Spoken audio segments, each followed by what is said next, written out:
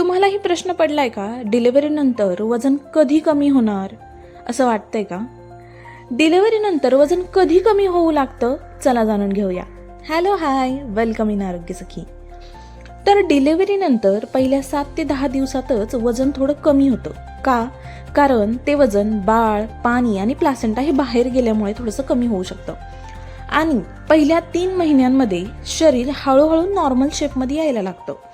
आणि जर breast feeding करणारी आई असेल तर तिचं वजन जरा जास्त लवकर कमी होऊ शकतं, कारण ब्रेस्ट फिडिंगमध्ये कॅलरीज जास्त खर्च होतात.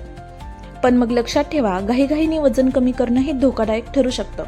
मग वजन कमी कसं होणार? तर योग्य आहार, थोडंसं चालणं आणि पुरेशी विश्रांती हेच 3 बेस्ट उपाय आहेत. मग लक्षात ठेवा, नवीन मम्मींसाठी अशी उपयुक्त माहिती मिळवण्यासाठी आरोग्य सखीला फॉलो करा. व्हिडिओ आवडली असेल तर व्हिडिओला लाईक आणि गरोदर माता किंवा ज्या कोणी नवीन माता आहेत सो त्यांच्यासोबत शेअर करायला विसरू नका. आणि आवडली असेल तर लाईक करा, चॅनलला सबस्क्राईब करायला विसरू नका. भेटून नेक्स्ट व्हिडिओमध्ये. तोपर्यंत बाय, टेक केअर.